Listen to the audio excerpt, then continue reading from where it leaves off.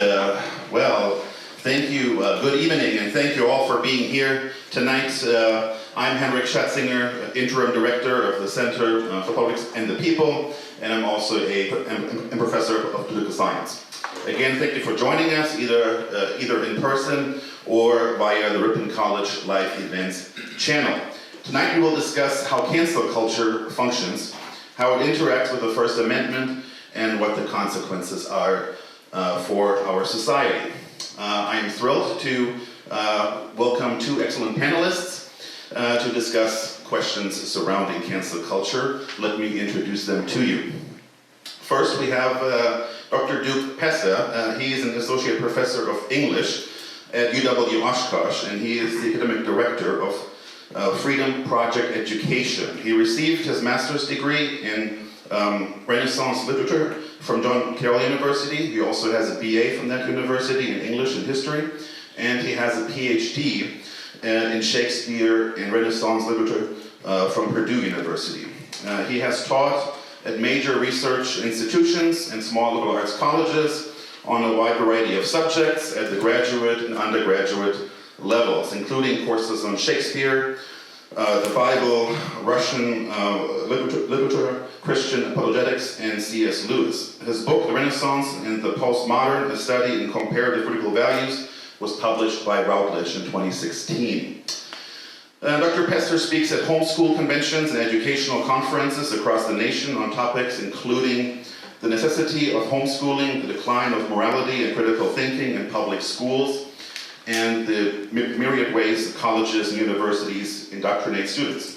He has delivered more than 1,500 talks across the nation on the dangers of Common Core and other educational topics. He has testified about Common Core before a number of state legislatures, and he has participated in more than 3,000 radio, television, and Skype interviews around the world.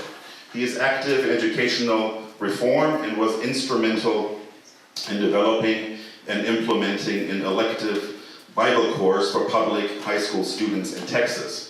I will also mention that Dr. Pesta is host of the Dr. Duke Show, and you can access that show at via drdukeshow.com. It focuses on education primarily.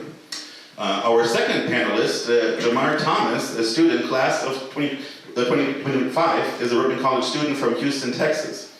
He is a history and secondary education major, a student athlete in cross country and track and field, and a member of the Black Student Union and Circle K. I'm very grateful that Jamar has stepped up last minute to serve as a stand-in tonight. One of our original panelists, Nada Elmi-Kashfi, who serves as the Chief of Staff for Wisconsin State Rep. Sister Hong, is unable to participate tonight due to a family emergency. So, with that being said, please join me in welcoming our panelists.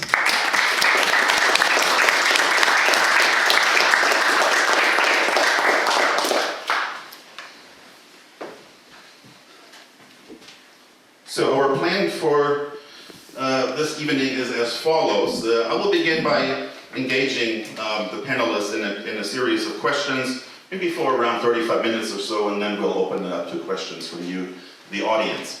So with that, all of that being said, why don't we get started? And I'm sure I have probably some more questions that we can't get to, or maybe later on during the Q&A we'll can touch on some of these questions. So let me start out with what cancel culture really is or means. It seems to me that there are different definitions out there of the term, and of course it would be desirable to have some kind of common foundation for our discussion. And I want to kind of know from you, what is cancel culture to you, and how it is perhaps also different from other maybe similar concepts, such as boycotts or public shaming or calling someone out, or is it all part of cancel culture? Why don't we start? Well, you want to start? Or I can begin. Make sure you hold it close to you. Yeah. So, to me, cancel culture is a type of accountability and maybe a light censorship enacted after an individual or group has acted or spoken out in a manner that is destructive or prejudicial. I think that does not necessarily go to ending someone's career or taking back things they've earned, like in a legal manner.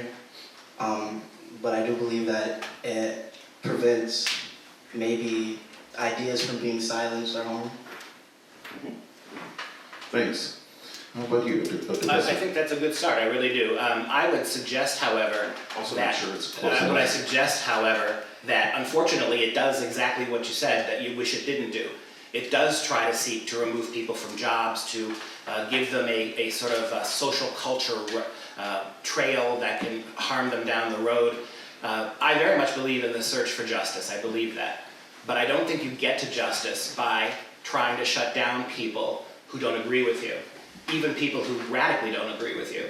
I think that, to me, what cancel culture means is going beyond free speech, going beyond the ability of people to have their own opinions, going beyond the idea that people can make mistakes, and trying to in a mob capacity, not in an individual way, using the power of things like the internet to bully and to constrain and ultimately try to get people into the kind of trouble that strikes me as very, very un-American in the end. And yeah, okay, so that's a starting point, and I want to maybe talk a little bit about the process of cancellation and what you think it really entails. So I think one of the concerns is that there's generally a presumption of guilt, for people who are being canceled, followed by the call to really cancel somebody. But can this really be effective in our media environment today that constantly battles for our attention? I think, what are we arguing about if you believe that cancel culture is generally ineffective? So I want to learn more about how you think about what does cancel culture entail, and can it really be effective? I'll begin. I think cancel culture, firstly, can be a learning experience for all, and I think by doing that, the way it does that is by first letting those ideas come out, because of course in order to be canceled, those ideas have to be presented, and whether it's in the media, in school, or in government, and the way the media or the dominant culture can refute or agree with that, I feel like that's the way America has worked for decades. There's always been a push and pull, and I think the way we're seeing cancel culture now is not necessarily unfair punishment, but reasonable punishment. Maybe people have gone out their way to say things that are really harmful, and in that way, I think we're moving past cancel culture and to rightful action. I think cancel culture is that first level of that, where we stop the whatever isn't right in its tracks and let's take a step back a little bit. What's wrong with these thoughts? Why aren't they guiding us towards the truth and what is right? And how can we get there? I feel like what you described was a very radical view of that, and I think that's past cancel culture. I think that's where you get to disenfranchisement and things of that nature. Well, the word cancel is pretty specific, and so from my perspective, I agree with what you're saying, that we should have social monitoring. I'm not bothered by that. But when you're starting with cancel, I don't think you can move beyond cancel unless you're going to arrest or even kill people. When you think about this, you use a lot of terms like right and good and true. With all due respect, those are very, very defined differently by all kinds of people. There are so many different worldviews, so many religious, secular views, philosophical views, common sense views, emotional views, to suggest that there is a specific way of doing this, a right way of doing this, if there's one truth when it comes to these issues, is really fraught for abuse. I'll give you one example. There are a lot of people in this world, I don't agree with any of them, who would like to cancel the Holocaust. Don't believe it happened, don't think we should teach it, don't talk about it. Canceling the Holocaust would be a disaster. I don't like to cancel ideas, bad ideas either. I don't want to cancel the idea of fascism. I want people to remember it in all its horror. When you cancel, when you ignore, when you make things unsafe to talk about, you are putting us in a position where these ideas will come back with a wicked vengeance. If history teaches us nothing, it teaches that. And what's so unique about the United States, I think, is that we allow bad speech. The First Amendment allows it because you can argue with bad speech, you can talk to people, you can try to win them over. But canceling, think about this for a second. In the last 75 years, that's the process that we're talking about. And I want to get back to your question, maybe we can follow up. But the process of this is what I'm suggesting is the problem. This kind of behavior is exactly what we see in communist regimes, fascist regimes, this silencing of dissent, this shaming people into silence, taking them out of positions, and then even more drastic moments after that, once this dominant ideology has gotten this cancel part into the culture. So we have a lot of bad examples of what happens when we walk down this road from history. As someone pursuing becoming a history teacher, I agree that a lot of historical events should be talked about, but I think when we see those things being canceled, we see them being talked about maybe in the wrong way, in the wrong place, maybe even the wrong time. I feel like there are groups who are still feeling trauma from those events, and how you go about that can lead to you being canceled or not. I don't think that, maybe you have like some examples or some instances where it has occurred, but I haven't seen any instances or examples where Holocaust is being taught somewhere and it just being outright canceled just from being talked about. In my own schooling, we talked about the Holocaust, whether we talked about it on both sides, the cons, why the Nazis thought it was a good idea. It was a bad thing. We can all admit that lots of people died, it wasn't a good thing. So when you talk about why the Holocaust was a good thing, it's not a good thing. That's true. So that notion needs to be canceled. I mean, you could make the same argument about slavery then, that maybe we shouldn't talk about it. I would hate to see that happen. No, you do talk about it, but you can't make that claim that it is a good thing. I think that's where canceling comes from. So you're saying that anybody who thinks this Holocaust is a good thing, that should be canceled? Is that what you're saying? Yeah, or that slavery was a good thing? Yes. Okay. Again, I would go back to the argument that the world's a much bigger place than America, and there are people all over the world, in certain parts of the world in particular, where serious intellectuals want to cancel that idea. And it's not because there's trauma being given to the survivors of that. It's because there's a historical record that's bigger than individual feelings, or even collective feelings. That history has to be told. It needs to be made available to our kids. We can do everything we can to try to mitigate that. We can do everything we can to try to comfort those who are bothered by those truths, but we can't hide them. And go back to your point about the process. So I looked at 274 articles in preparation for this talk. I'm writing a book anyway, so it was research for me. And of those 274 books and chapters, 125 of them could be considered right-wing sources, and 149 can be considered liberal or progressive sources. And I distilled from all of that research on both sides of the aisle a number of features of cancel culture as we're seeing it now. I'd like to share some of them with you without comment, just to get them on the table here, because this is the process that we see how working by. So with cancel culture, optics are more important than substance. It's virtue signaling, right? Getting a Twitter mob to stop somebody getting fired from their job, it doesn't fix anything. It's pure optics. Under cancel culture, and kind of what you were hinting at, engagement with other viewpoints equals endorsement. If you're willing to sit down and talk to somebody with really bad ideas, according to cancel culture, that means you are underwriting or supporting those ideas. Association in cancel culture is complicity. People can be justly reduced to their worst action or idea. No grace, no forgiveness. These are all things that almost all the articles had in common when they were critiquing it from the right and left. This is a big one. The passage of time and history are irrelevant. Doesn't matter if you were 11-year-old when you said something bad on your social media. Kids are getting locked out of colleges now because of something they said 4, 10, 12 years ago when they were little. So, and then think about history, right? When we talk about history, we no longer contextualize history. 200 years ago, they had a very different moral code with regarding some things that we find atrocious.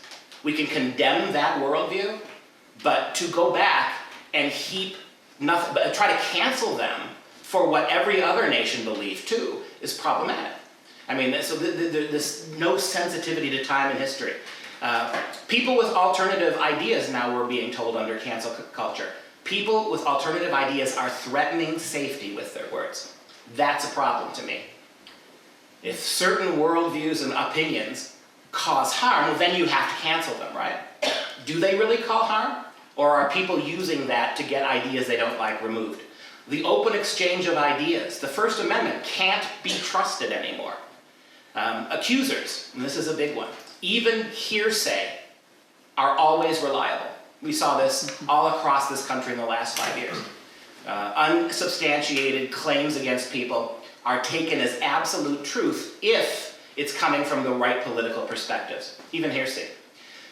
Exaggeration, dishonesty, ruthlessness in the cause of social justice is now called justice. And a couple more. Vengeance is another word for justice. And a lot of cancel culture is punishing somebody for saying something you don't like. And the justification for it is bad things happened in the past. That strikes me as inherently dishonest. And finally, I think this is an important one. For many of the who mob, get behind the cancel culture mob, change can only come if the country, its institutions, and its history are overthrown. There can be no solution from within. We've got to tear it over and start over.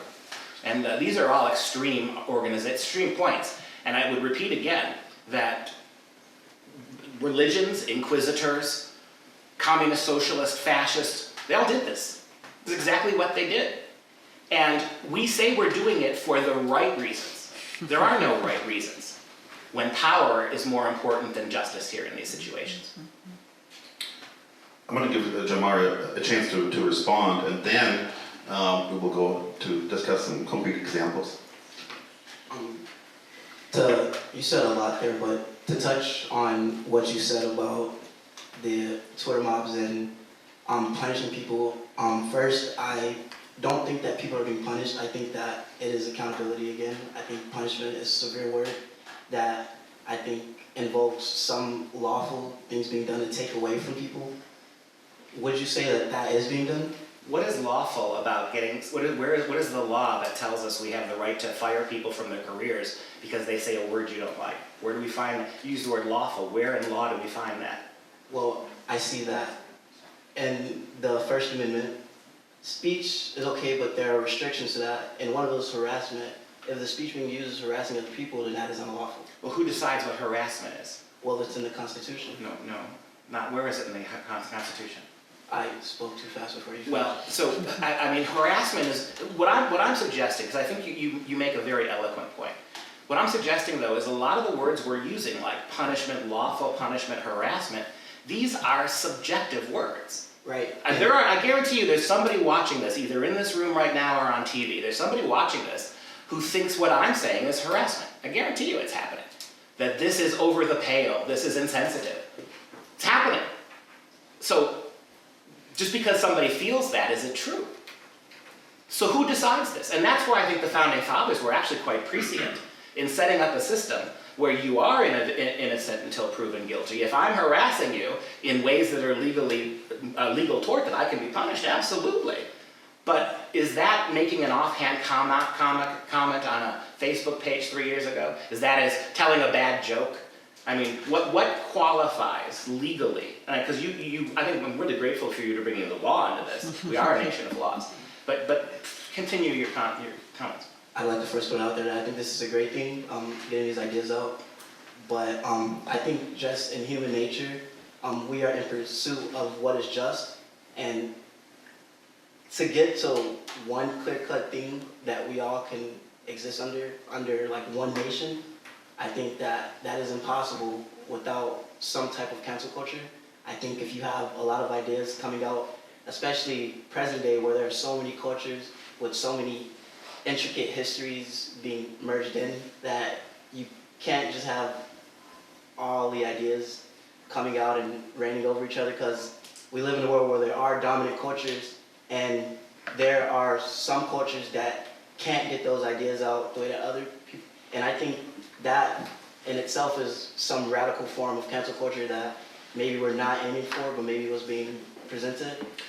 And we've seen that in history. I think you make a wonderful point about, in the past, not everybody was equally free to speak what they mean, and I think that's a good point. However, I go back to what the Founding Fathers said, that we are a nation of laws, not a nation of people. There can't be too many ideas. There can't be, because the minute you start harvesting ideas, the minute you start limiting them, the minute you start giving ideas from certain peoples more gravity because of what they may have suffered or what their race or ethnicity may be, then you are doing the exact thing that you're saying that you're fighting, right? Civilization, democracy is messy. It's messy. And it's messy for a good reason, because the countries that don't have that mess tend to be very totalitarian in nature.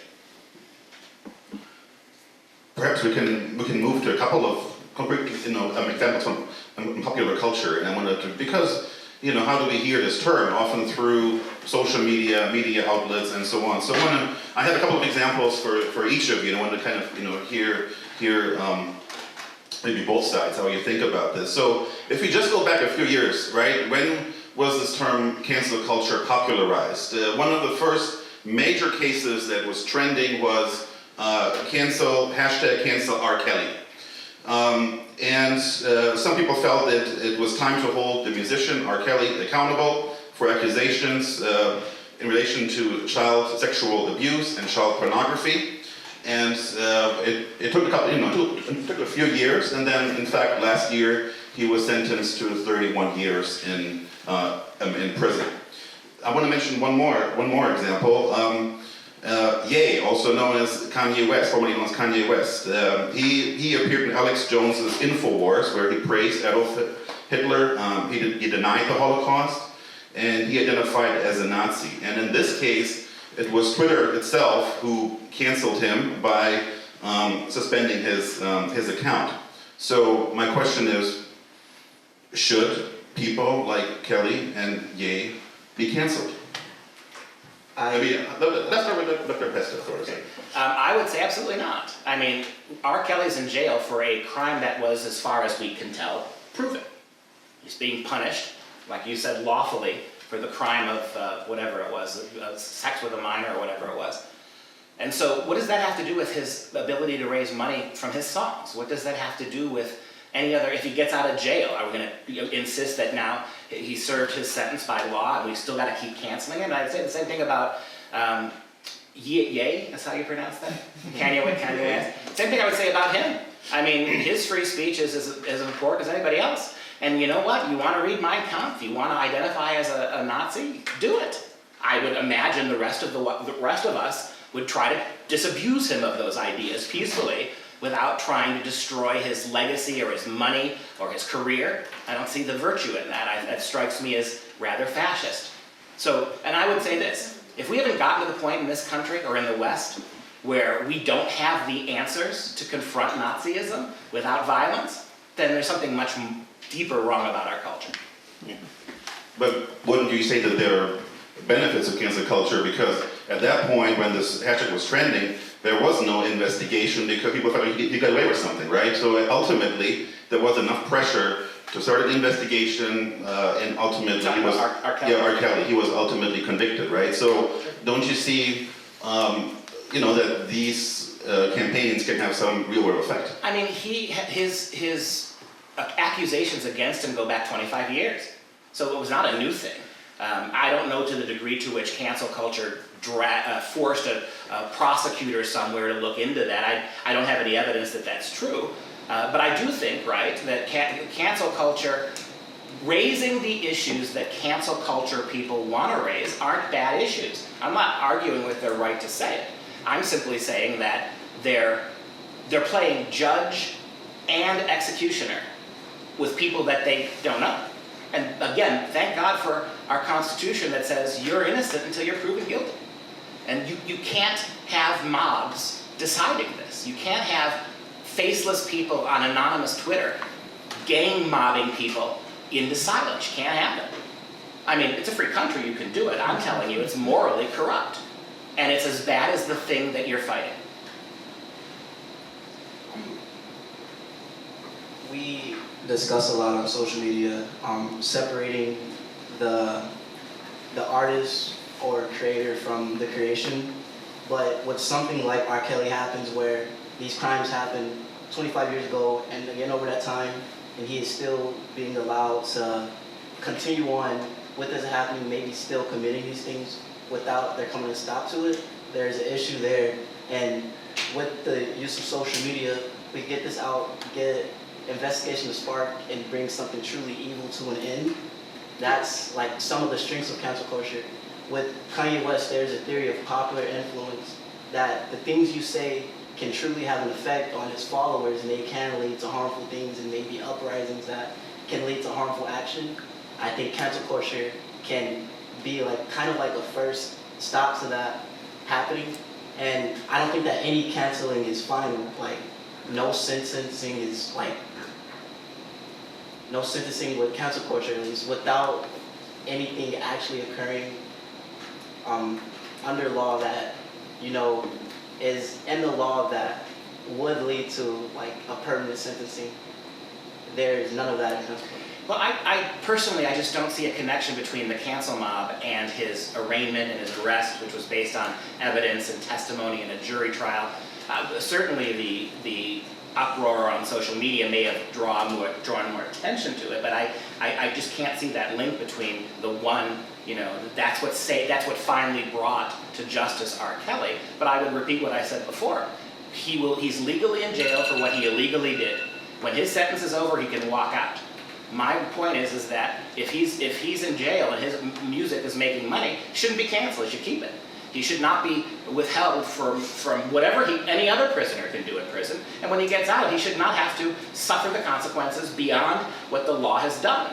And what really kind of makes me a little nervous, and you're a much better man than I am, if you think you have, or any mob thinks that they have, that capacity to determine what is justice and vengeance, what is our role in bringing to justice people who say things that we don't like. So there's a difference between, so I think Kanye is a better example here, right? Because there's no crime in the way. You can say stupid things. That's the privilege of Americans. And Americans do it every day. I do it too.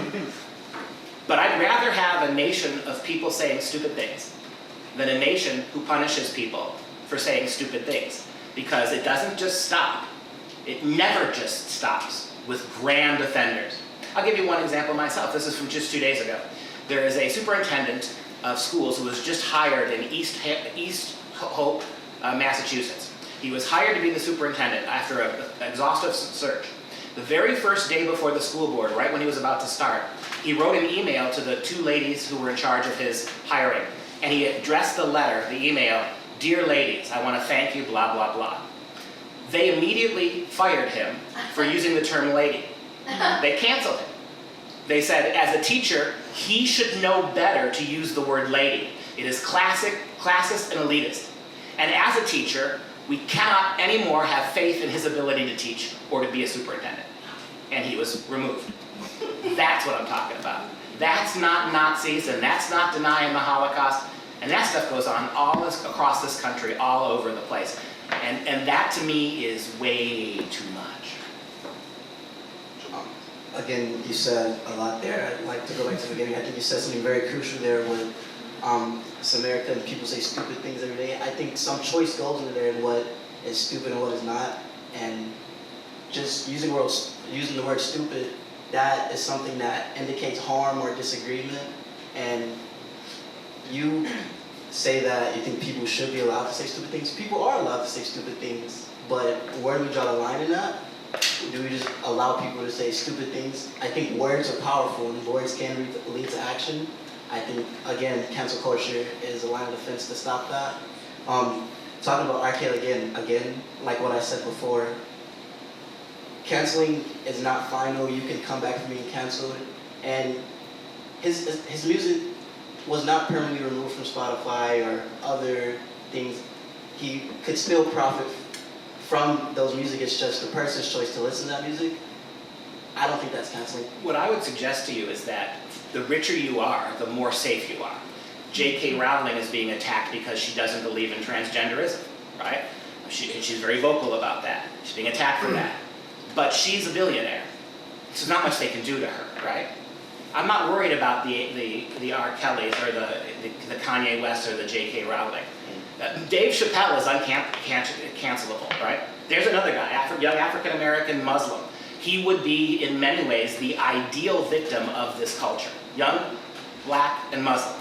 He's getting persecuted and attacked left and right by cancel culture warriors because he just does not agree with cancel culture. That's what he's complaining about. It's not that he's anti-LGBTQ. He doesn't like the tactics of the LGBTQ activists who want to cancel anybody who disagrees with them. And for that, he's undergoing a tremendous amount of stress, but he's rich and he's talented. I'm not worried about him. I'm worried about the superintendent who just lost his job. And by the way, who in Massachusetts now do you think is going to hire him? Now that he was fired for the evil crime of using the word ladies. This is who I worry about. And I would suggest, too, that the more disenfranchised you are in this culture, either ethnically or racially or in terms of your wealth, the more you need what we do have. You say, who decides? You say, where does this come from? I think the system we have here, as flawed as it is, as abusable as it can be, still provides the single best protection that any civilization has ever come up with. We're going to start from the premise of free speech. If somebody crosses a line that is illegal, then you can act. But if you don't, then you can't. It's that idea, right? Better, well, I'm taking too much time. I'll stop there. Go ahead. Well, you can finish your final. No, that's enough. I'm throwing a lot at you, so I want to give you equal time. So don't let me talk over you. Thank you.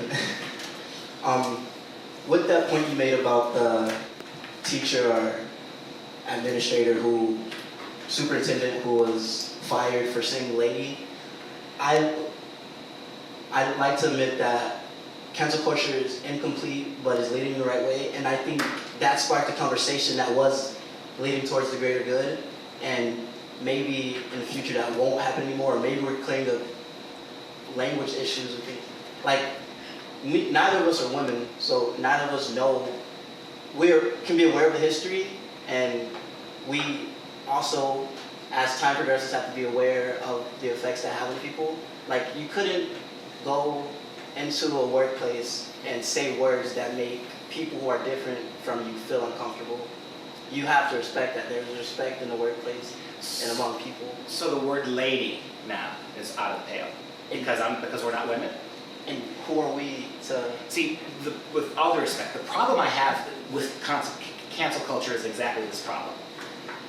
No one's allowed to talk to anybody. No one's allowed. I mean, this actually happened to me in class. I was teaching C.S. Lewis a couple weeks ago. And if you ever read the Space Trilogy by C.S. Lewis, there's a wonderful set of paragraphs where this character is talking to another woman and giving her advice. And so I was reading that, and she was getting angry. I could see her sitting there, and she finally raised her hand and she said, "Who is C.S. Lewis and who are you to tell women anything? You're not women. You have no right to talk, and he has no right to talk about women." And of course, that opened a great can of worms. So as I pointed out to her, I said, well, if that's true, why are you closed-mindedly limiting it to gender? The boy sitting next to you, I don't know anything about him any more than I do you, even though we both have penises, right? I don't know any more about him than I know about you. If you're going to carry that idea to its logical conclusion, that means none of us can ever really talk about anything with anybody else. And finally, she saw the problem there. She saw that. This idea that what cancel culture does is it creates a hierarchy of who's allowed to speak and who's not. I'll give you another example. I've been at 7 different universities. I find there's almost nothing too progressive that you can't say in a public university. There are a lot of things, even marginally conservative things, that you can't say. And that's a problem. And when I say you can't say it, I am the recipient of 3 Title IX complaints. I'll give you, very quickly, I've got to tell you the story. And you will come back to it, because it is an important point to make. But the fact that this is being used against people in very serious and expensive ways, I mean, I could testify a lot about that. I like the example of you and a young woman in your classroom. I think, again, that's just a conversation. And maybe there's a problem with the individual not being open-minded to what you have to say. But again, I don't think that's cancel culture. I think that might have moved a little off topic. I was gonna go on after bringing up what I said about the superintendent being fired for using the word lady. I think that there was discussion that came after that, and do you know where the superintendent is now? Is he still? It only happened, he only got fired a couple days ago. A couple days ago? I want to say that I can assure you that a lot of talking going about this, and this man will get hired again. Maybe he was convinced in some way, or not, but if he is right, he will gain a respect for the individual. I think we live in that world now where we live in America that is a melting pot, and there's a lot of different cultures. We have to start gaining empathy and respect for each of those. And it's a time where cancel culture will make you go with that or leave you behind, because we are moving forward with these things. I mean, think of what you just said. You either get on board or else, right? You okay with that? It's a slow moving thing, but yes, I think we're moving away from a lot of the more radical and harmful things that threaten different people.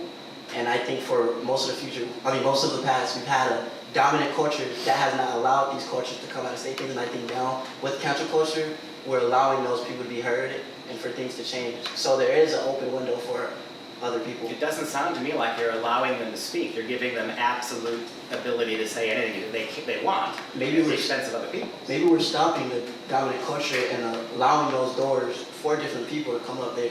We're being more diverse in doing that.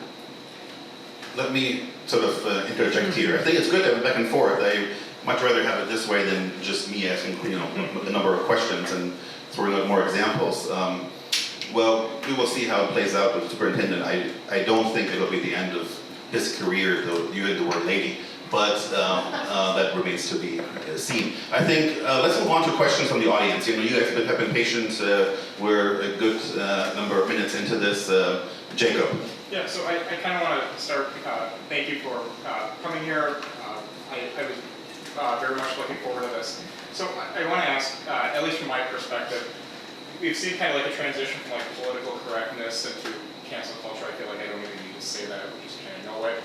But I'm sure, Dr. Pessa, you're familiar with Dr. Jordan Peterson, and one of my absolute favorite things he's ever said, and I think it's a very important thing that many of us should think about, is he says, this isn't cancel culture necessarily about what you can't say, it's about what you have to say. What are your thoughts on that? If you don't mind, you can just repeat the question, or I can do it in this case. And the question is cancel culture really about what you cannot say, but rather more what you have to say Yes. to be politically correct? Yeah, that's exactly right. And this is the point I was trying to make. This is a slippery slope. It never stops with good-natured cultural adjustment. It always goes too far. And it did that in socialism, communism, Christianity. All the religions were great religions have done that to some degree. So this is a human problem. And that's exactly right. So it's not anymore enough to just not say the wrong thing. You have to accede to everything that's being said. And the one thing I didn't get to say to you, because I think it's an important point, is it seems to me that what you're suggesting is, unless you're progressive, you really don't get to say anything. You have to shut up and listen because the dominant culture, if you're not progressive, right, you either keep your mouth shut or you assent, which to me is personally alarming. But I think or you have attended the wrong institutions, because I think the Ripon College, in my opinion, has done a great job of allowing people to speak their mind. Our student body is also more diverse in terms of their political and various backgrounds, to be honest. So I think there are places for you to, I feel like, where you can say without having to be thinking about whether everything you say is politically correct. But I'm sure there are some institutions where this is more questionable.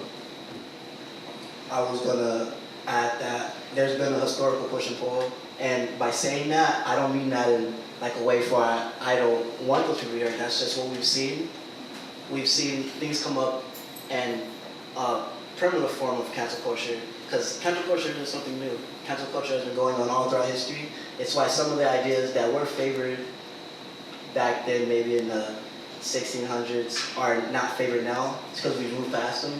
We have new worldviews that are now being moved into play, and I think they offer more things to be heard, and those things to be heard without harm. There are things that can come from left and right that can be both helpful and things that can be both disarming in some way. If you don't mind, just to kind of keep more questions sort of coming from the audience, let's move to some more questions. Former Dean of Faculty and English Professor Doug Northrop. I'm still very confused about cancel culture because I haven't a clue what it is. When the parents go to the school board and say, you cannot teach gender politics, is that cancel culture? When the Tennessee legislature says, you three are out of here, is that cancel culture? Well, in the case of the school boards, if you're protesting that, because my understanding is that moms and dads aren't protesting those ideologies, they're protesting them in elementary and middle school. So, and I've been to many of those meetings myself.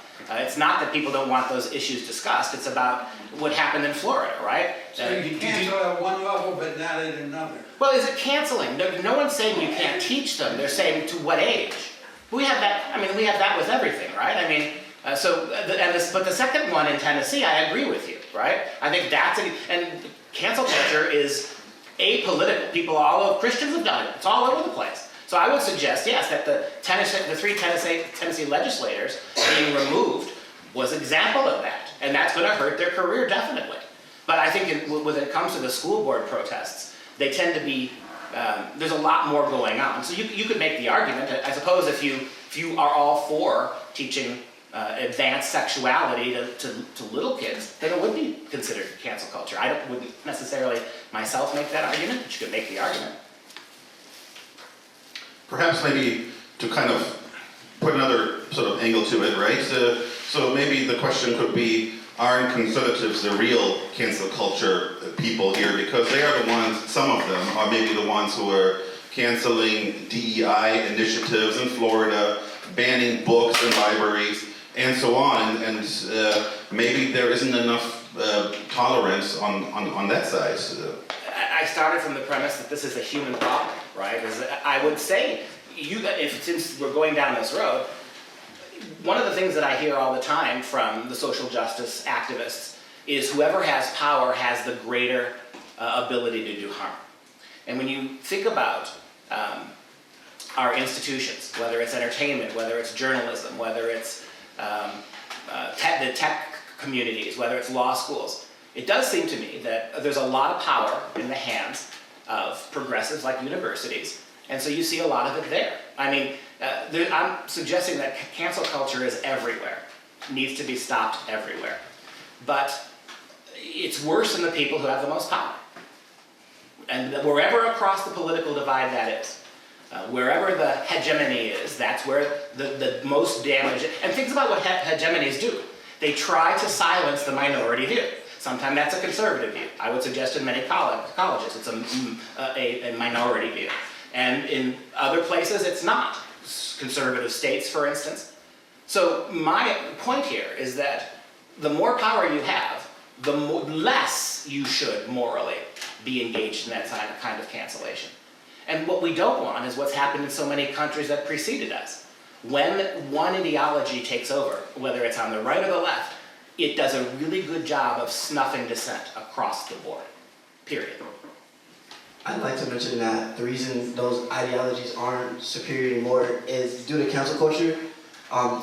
So far in the 90s, and the right with Jim Crow and laws against interracial and same-sex marriage, we've seen that is a form of cancel culture being brought up to the legal scene, and then in turn that creates discussion for things to keep moving. I feel like in your world where there is no cancel culture, you just have thoughts being played with and no action happens.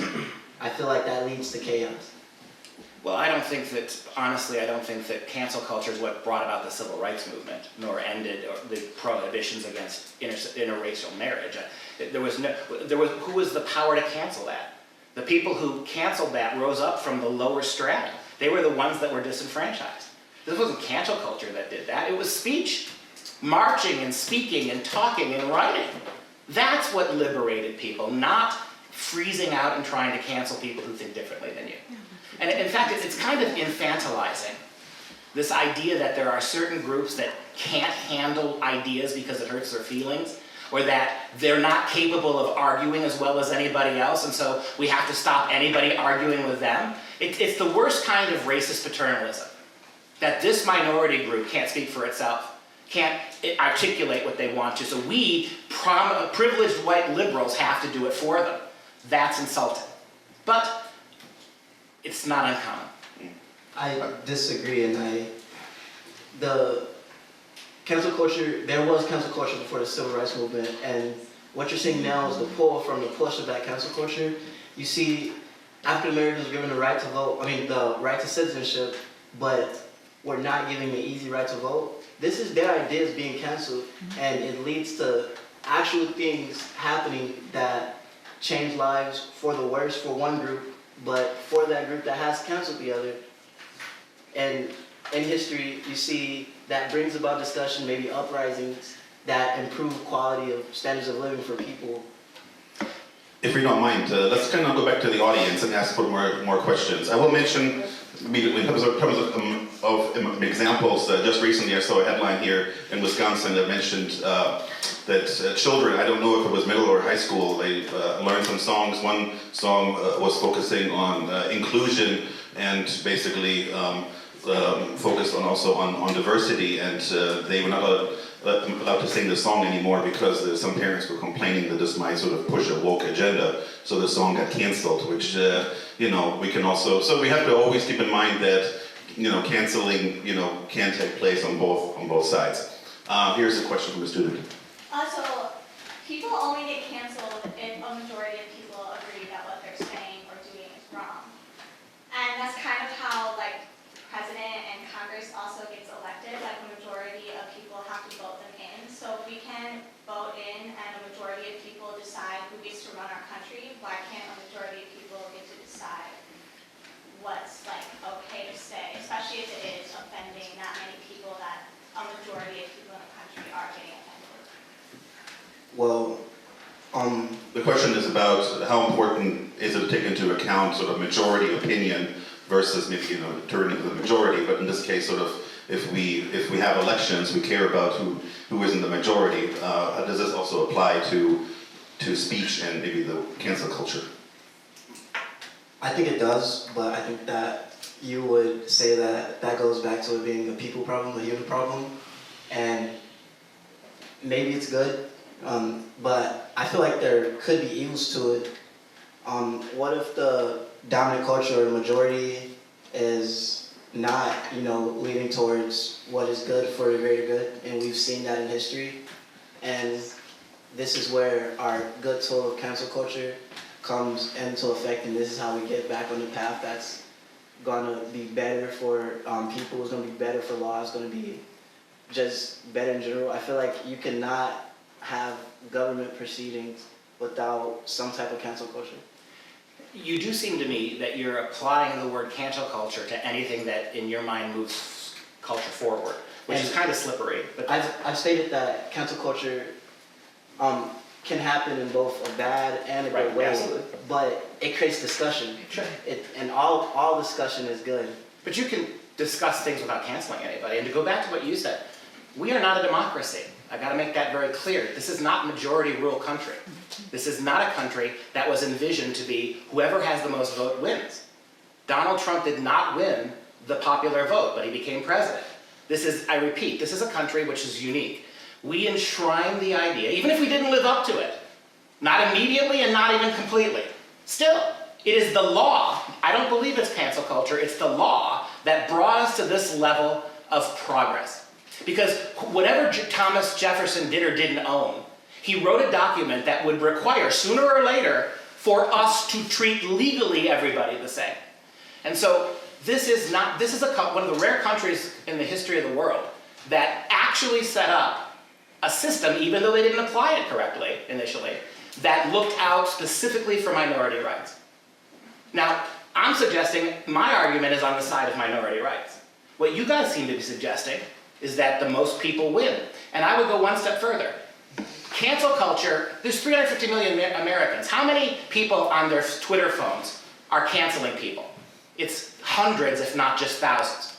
The idea that a majority of people in this country have tried to cancel anybody is nonsense. It's very small roving bands of anonymous activists on Twitter and Facebook. Very small numbers of people having that kind of an impact to the detriment of overall society. I have a couple statistics, and the great question was, does calling people out or cancel culture on social media represent accountability or just punishment? And of the people who chose a side, 38% of Americans said that it punishes people who do not deserve it, and 58% of Americans says that it holds people accountable. 38% of the Americans of the 38% of Americans that said it punishes people, most of them, being 59% of them, were conservatives or Republican and are leaning Republican, and other people saying that it's holding, other 58% saying that people are being held accountable for their actions. 75% were Democrat or leaning Democrat and liberal. So maybe there is truth to what you're saying to the majority of society, but I think when you use the word minority, you're thinking of the smaller amount of people. I think the term minority is pointing towards the amount of people who have historically less power than the dominant group.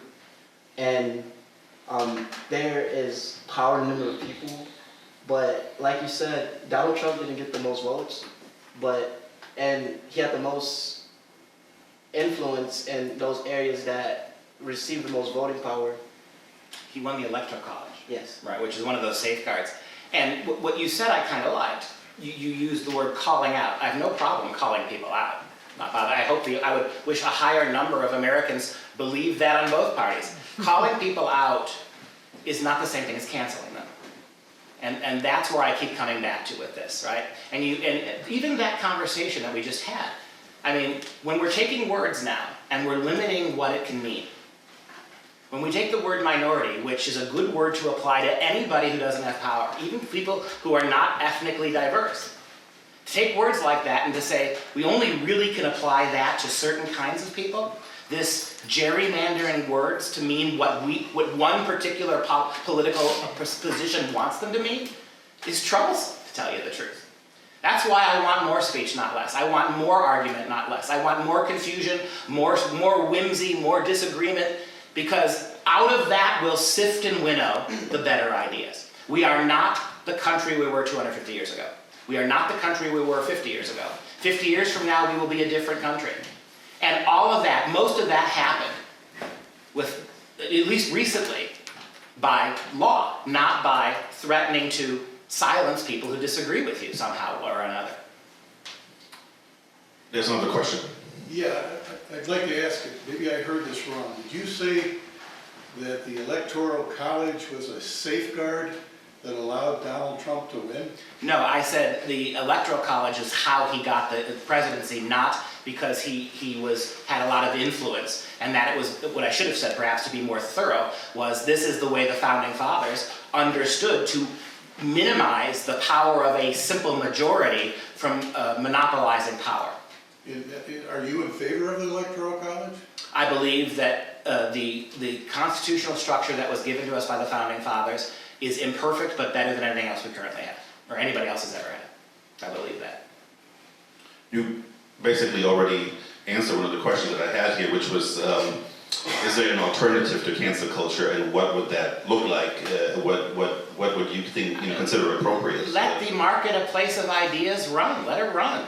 I trust enough people, if somebody was saying something really hateful, that enough people would disassociate from that person, isolate them, leave them alone. We don't need to have quasi-laws or ersatz laws or customs that destroy people who say things that some people don't like, because it comes back down to this. Who gets to decide what those words mean? Who gets to decide which is too much and which is too little? I like what C.S. Lewis said. He said, I'm a Democrat not because I deserve a share in government, I am a Democrat, of course, he's English, he didn't mean Democrat, Republican, he just meant a believer in democracy. I am a believer in democracy, he says, because I'm one of those people who is too lazy, or too uneducated, or too bored to be challenged, to be given absolute power over anybody. What makes us equal is our ability to be radically individual in our opinions, to be offensive when it happens, to be empathetic when it happens. That's messy, but it's good. Thank you. That's unrealistic. I don't think you can have a world, or even, let's make it smaller, a nation where anyone can speak their own good and you have a clear running nation without it becoming a chaotic battlefield. I think that order is necessary, even if it is a loose order that allows people. I think that's what schools really help, especially this one here where you have a liberal arts college where a lot of people are able to share ideas in a respectful way. That's always encouraged. To answer your question, I think maybe if cancel culture wasn't like straight to disenfranchisement, which we have seen, and it's not good, and it does lead to good conversation, but maybe if it was a little lighter in that aspect and more focused on educating the person and to not changing their ideas, but maybe how can these ideas be shared in a better way that doesn't invoke harassment on another individual. We do have time for more questions. Yes, in the back. So where did cancel culture, the term, come from? Because to me it seems like it's the new boogeyman that was political correctness, which oftentimes the people that complained about political correctness were people who said something that was really, and then they got called out on it, and now all of a sudden, oh, you just want me to be politically correct. So now we don't say that, now we say you're canceling me. And so it seems like they're both, are they the same thing? I think the young man was correct that this is an evolution. Political correctness was something that was subtly enforced, but no one lost things. No one generally lost their jobs. People would raise their eyebrows or roll their eyes, but people moved forward. The movement from political correctness, and by the way, you know the first one who came up with the word political correctness? Chairman Mao in his little red book. That he's the one who created the term political correctness to punish speech that is not state-sponsored speech. I would suggest that the second step of that is once you have established that a state entity is responsible for what you can and cannot say, the next step is what we're seeing now. Now you start punishing or canceling people who have those ideas. But isn't that exactly what's happened in Florida? Don't say gay. You can't be teaching this. I mean, think about all the parents who are gay, whose kids are in those schools. Think about the transgender kids who are in those schools. And now they're canceled because a certain group of parents is saying, I don't want my kids exposed to this when their kids are exposed to it. As a matter of fact, and I hope you check me on this, the word gay never appears in that legislation, nor does trans. Nor are you allowed to teach heterosexual sex to children, and it only applies up to 3rd grade. What the bill says, we don't teach any radical sexuality or gender theory to children under the age of 7. That's what it says. That's a fact. They call it the Don't Say Gay bill, but that's a very, let's just call that a very twisted view of what is, it's misleading. But so, if they can cancel all these books, which they are doing, that's very... For those kids. But not just for gay kids, but also for black kids, etc. So books on Robinson and his baseball career are gone. I mean, so this... You can say that finally these people have power, but their power is really hurting a large segment of the population. You're conflating the what you call the Don't Say Gay bill with the CRT and the advanced history stuff. Well, they're throwing it all together into the law. What I would say, this is way more complicated. I repeat what I said before. I personally don't want any sex, including heterosexual sex, taught to middle schoolers and elementary school. We never did that in human history before. I don't see why we would need to do it now. I'm all for it. Upper middle school, high school, do whatever you want. So the question is not, them censoring books. It's saying that some books are inappropriate for young kids. That strikes me as a shockingly rational thing to say. There were two hands in the back. Just to follow Dean up. Cisco. Yeah, just to follow up, in the bill, they don't refer to gay, what is radical sexuality, and what is non-radical? Well, according to the bill which I've read, it's teaching children as young as 4 and 5 and 6 and 7 that their gender may not match their biology. Which is interesting because little kids can't think, kids that young, biologically, their brains they're not abstract thinkers. When you're telling children that young anything, like Santa Claus exists, you are telling them something that they believe. And so, if you don't have the power to think abstractly, how can a child that young process any of that information?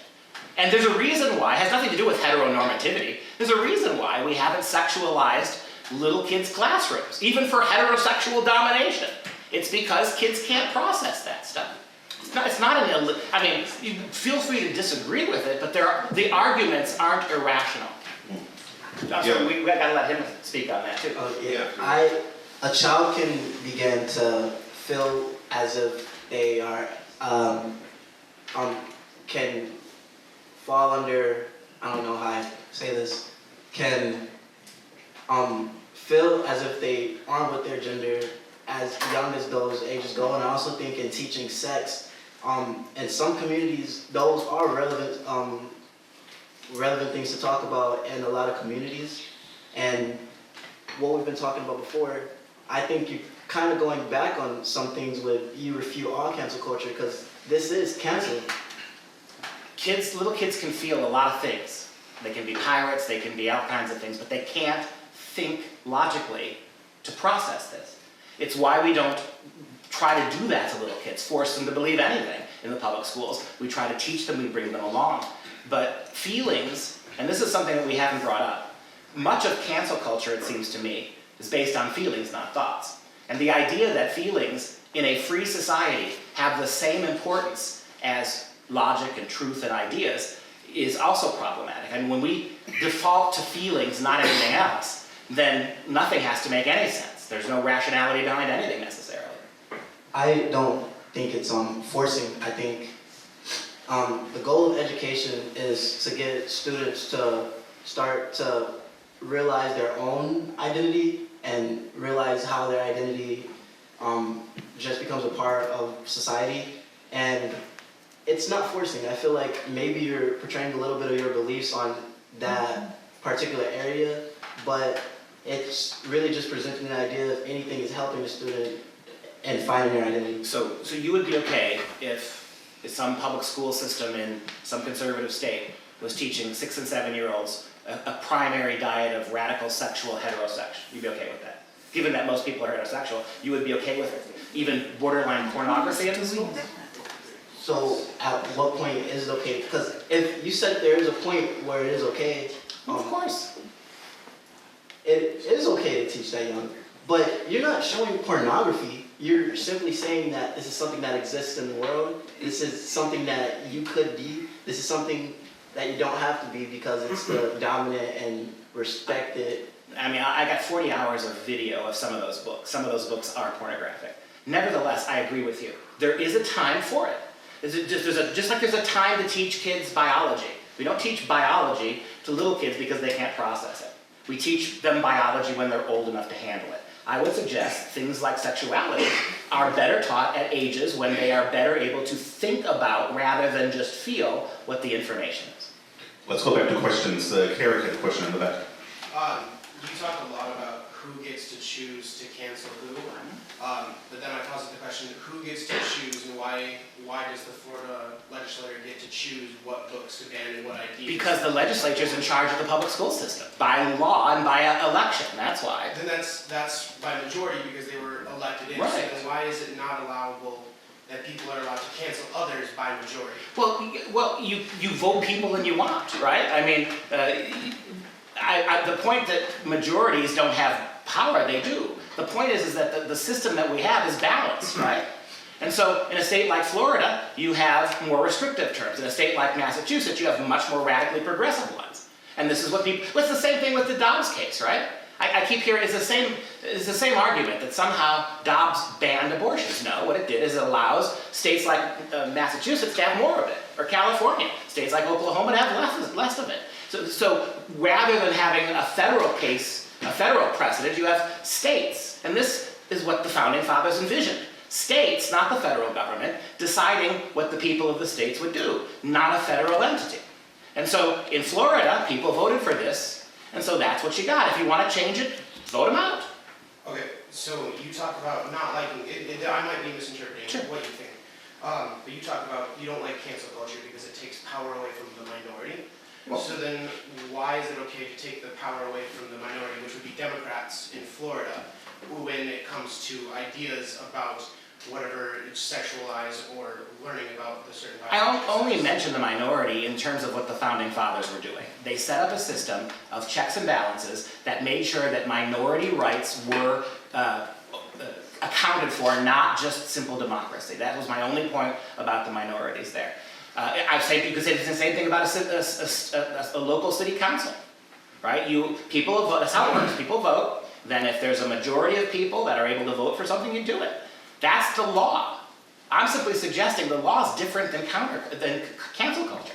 If you're using laws to unconstitutionally silence speech, whether it's a civil level or a state level or a federal level, that's what the Constitution is there for. It's one of our school board in Massachusetts have the legal right to fire that person? If I were him, I'd sue. I don't think they do. I don't think you can fire somebody for the use of the word lady. I don't think you can get away with that, not even in Massachusetts. In fact, I believe that if he sued them, he would win that law case. Might not be California or Massachusetts, might have to bump up. Okay, but that's where he is. Right. I think he would win that.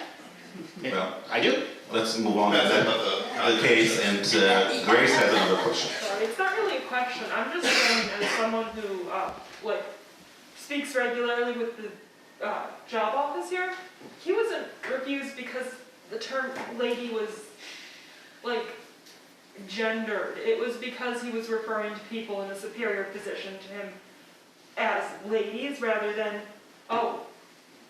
using their specific names, using their titles. These were people with titles. He wasn't fired because of canceled culture. He was fired because he wasn't behaving properly in a business situation. I'm non-binary. I would have been fired if What is the difference? He used the wrong word. He used the wrong word because this was a professional situation, and that professional The word he language- used was not a bad word. It was not not an a bad evil. word, but it's not an inherently respectful word. So who decides that? The school board. Yeah, the school board, there are people in a position of power in this place, and then also a majority of society. If you walk into, I don't know, a job interview and you call the person just lady, you're sitting there as a man, and you're like, oh, hey lady, that is not professional, that is not appropriate in that situation. There are general rules in a society, and these rules in this example are that you need to refer to this person with respectful speech, and referring to someone as just lady is an incredibly casual term. Where does this rule come from that you talk about? What law is it enshrined in? What It is part of not a law. So it's a rule. So who then enforces it? It's a social construction of these are appropriate behaviors in a certain societal construct. If you want to disregard all those laws, I would What welcome laws? those societal constructions of rules in which there are certain places where certain language is applicable and certain places where it is not. I would appreciate those laws to be reduced. They're not laws. They are not laws. Please stop repeating that. I am using these words and they're coming out jumbled because my words aren't always the best. Okay, so these are rules. Norms. We can call them norms, and Thank you, I forgot when that. people violate norms, Yeah, they sometimes pay a price for that. And that happens in every kind of setting. Exactly. there- And it's so many. Oh, sorry. Maybe there's some legislation inside of the school board's rules or laws of the school board that says that this is a professional space. You're gonna refer to everyone, no matter who they are, by these professional names.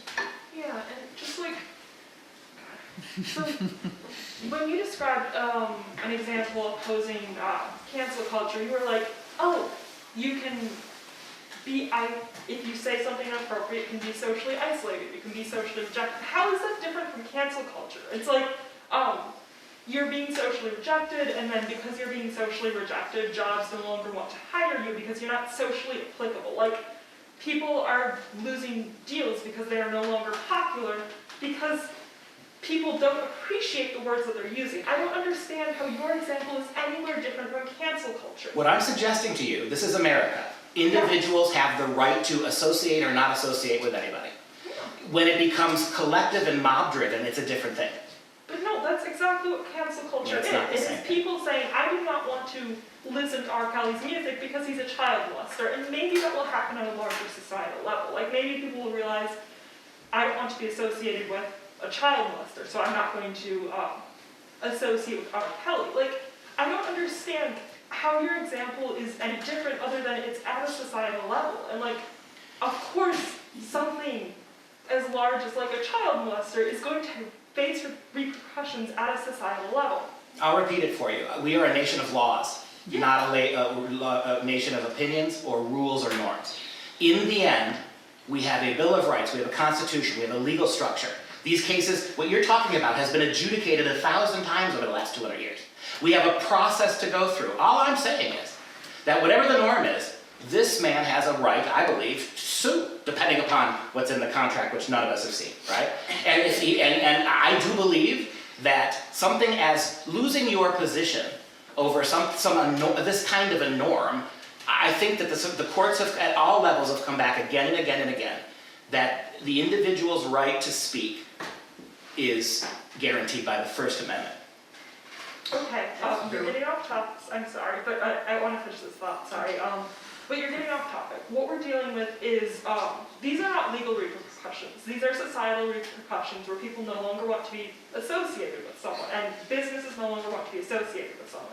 This is not legal punishment. You're not being canceled. It's being canceled is not a legal punishment. It's facing repercussions for your actions. So if I don't want to be associated with you because you're black, that if I don't want to do that, then I'm allowed to do that. If I get a bunch of people who want to do that, I can do that as well?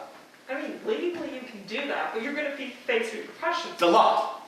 Yeah. There you go. Legal, Thank you. Norms can't adjudicate anything. Law there can. is legal things that you cannot discriminate against someone. You can like no longer want to socially interact with someone because they're black, and then you'll face social repercussions for being a fucking racist.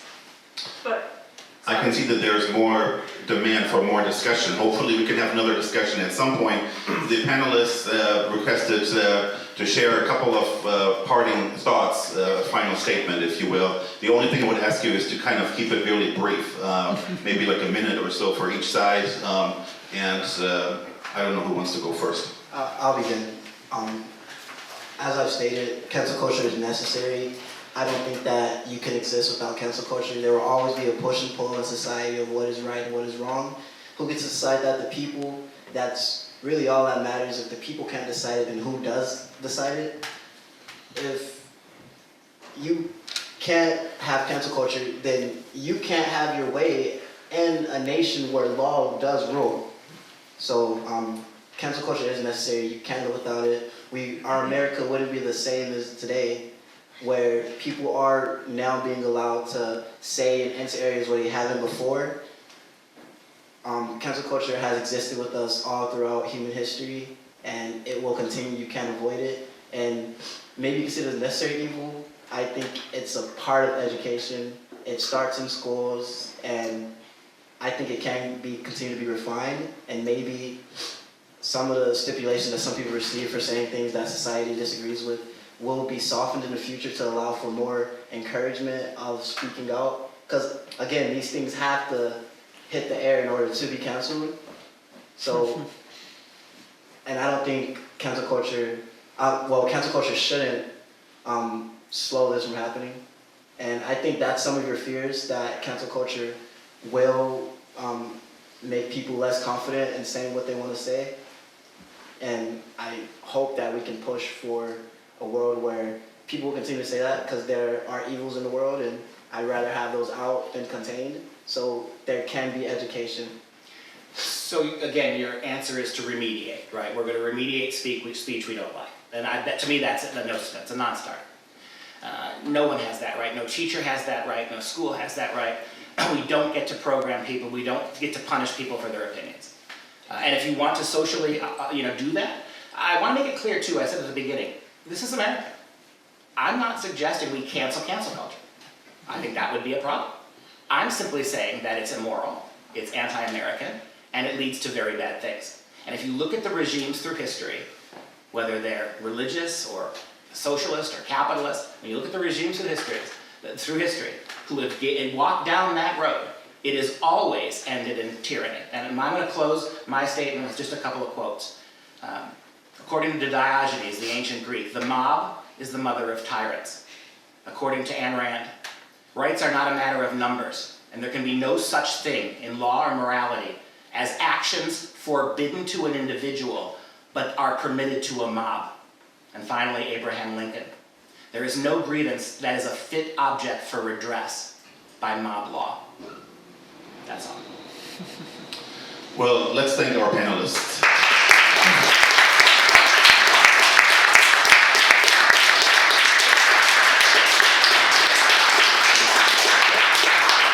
And a really special thank you to Jamar, because it's not easy.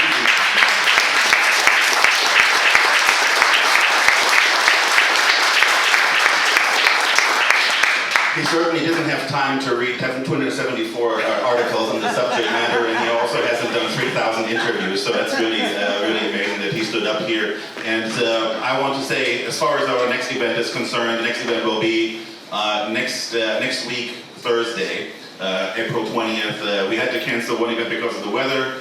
Dr. Catherine Kramer from UW-Madison will join us to discuss her book, The Politics of Resentment. So we hope to see you at 4:30 right here. Thank you for coming tonight. We appreciate your thoughts, your ideas, and have a good night.